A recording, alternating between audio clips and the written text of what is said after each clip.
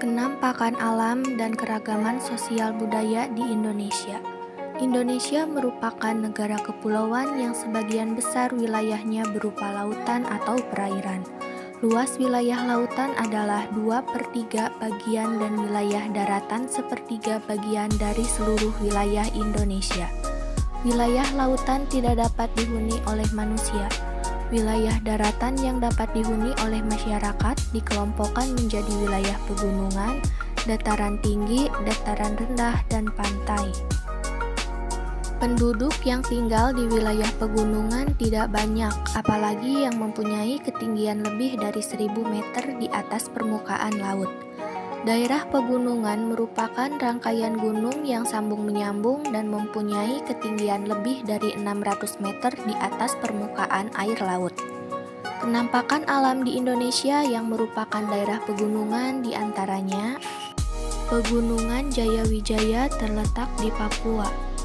Pegunungan Bukit Barisan terletak di Provinsi Sumatera Barat sampai Bengkulu. Pegunungan Dieng terletak di Jawa Tengah.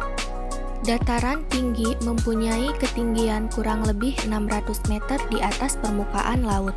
Suhu udara yang sejuk di dataran tinggi sangat cocok untuk digunakan sebagai daerah wisata, rekreasi, dan lokasi perkebunan. Contoh dataran tinggi di Indonesia diantaranya Dataran tinggi Priangan terletak di Jawa Barat. Dataran tinggi Brastagi terletak di Sumatera Utara. Wilayah dataran rendah memiliki ketinggian sampai 500 meter di atas permukaan laut. Wilayah dataran rendah paling banyak dihuni oleh masyarakat, karena wilayah ini merupakan pusat kehidupan manusia. Berbagai jenis aktivitas manusia seperti kegiatan ekonomi, sosial, dan budaya dilakukan di wilayah ini.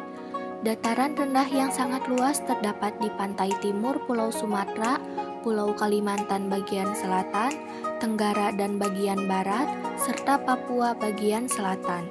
Sedangkan dataran rendah yang sempit terdapat di pantai utara dan selatan Pulau Jawa. Pantai merupakan daerah perbatasan daratan dengan lautan. Penduduk yang hidup di sekitar pantai jumlahnya tidak banyak.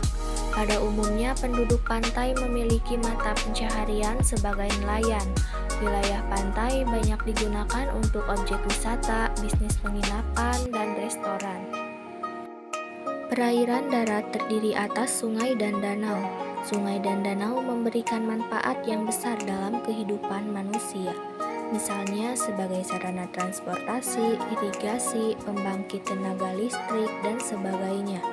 Beberapa danau dan sungai besar yang terdapat di Indonesia diantaranya Danau Toba terletak di Sumatera. Danau Poso terletak di Sulawesi. Sungai Musi terletak di Sumatera. Sungai Mahakam terletak di Kalimantan. Kenampakan alam dan sosial budaya dapat memengaruhi suku bangsa. Suku bangsa terbentuk dari suatu kelompok orang yang hidup secara bersama-sama, sepaham, senasib, dan mempunyai cara berpikir dan berkeyakinan yang sama. Tiap suku bangsa memiliki aturan tatanan serta cara-cara tertentu dalam menjalankan kehidupan sehari-hari yang disebut dengan adat istiadat. Penampakan alam yang ada sangat memengaruhi temperamen dan watak mereka.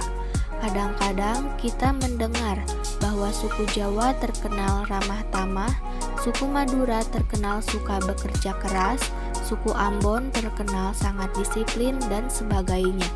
Hal itu bisa terjadi karena kenampakan alam yang ada di sekitar mereka. Kenampakan alam dan sosial budaya dapat memengaruhi kebudayaan setempat. Kebudayaan suatu daerah berkembang karena kebiasaan yang turun-temurun dari nenek moyang atau suku bangsa mereka. Kebudayaan daerah dapat dilihat dari cara mereka melaksanakan adat istiadat, upacara adat, tarian dan nyanyian, makanan daerah, dan lain-lain. Kebudayaan itu biasanya berkembang dari kenampakan alam di daerah mereka tinggal. Adat istiadat dan upacara adat dilakukan untuk menghormati nenek moyang mereka yang diyakini berasal dari kenampakan alam seperti pegunungan, lautan, sungai, dan sebagainya. Sebagian besar wilayah Indonesia berupa lautan, sehingga banyak sekali jenis upacara adat yang diselenggarakan di tepi pantai atau lautan. Contoh upacara adat yang diselenggarakan di lautan atau pantai adalah upacara labuhan di daerah istimewa Yogyakarta. Penampakan alam dan sosial budaya dapat memengaruhi kehidupan sehari-hari. Upacara adat, nyanyian daerah, tarian daerah, dan berbagai macam kebudayaan daerah saat ini sudah jarang dilaksanakan. Masyarakat hanya mengambil beberapa kebudayaan yang sesuai dengan kehidupan sekarang. Namun, di daerah-daerah pedalaman, berbagai bentuk adat istiadat dan kebudayaan masih merupakan hal yang wajib dilaksanakan. Apabila dilihat dari bentuk kenampakannya, masyarakat dibedakan menjadi masyarakat perdesaan dan masyarakat perkotaan. Masyarakat perdesaan biasanya tinggal di pegunungan, dataran tinggi, pantai, wilayah perairan sungai, danau, dan sebagian dataran rendah. Kehidupan masyarakat ini bercorak sejenis dan sangat tergantung dari kenampakan alam di sekitarnya. Contohnya di perkampungan nelayan di pinggir lautan akan kita lihat semua penduduknya bermata pencaharian sebagai nelayan. Menjadi nelayan adalah tradisi turun-temurun bagi mereka. Ciri yang paling menonjol dari masyarakat perdesaan adalah kekeluargaan dan gotong royong. Masyarakat perkotaan, masyarakat yang hidup di perkotaan sangat beraneka ragam yang terdiri atas berbagai suku bangsa, golongan, dan agama. Masyarakat perkotaan sedikit mengandalkan kenampakan alam dalam kegiatan sehari-hari. Masyarakat perkotaan menempati wilayah dataran rendah, sebagian dataran tinggi, dan sebagian di daerah pantai. Mereka jarang yang menyelenggarakan upacara adat, karena mereka terdiri atas berbagai macam suku bangsa dan agama karena sifat kekeluargaan dan gotong royong dalam masyarakat perkotaan sudah menipis. Masyarakat perkotaan mudah menerima kemajuan teknologi, perubahan, pembaharuan, serta rata-rata kesadaran untuk mengenyam pendidikan sudah tinggi.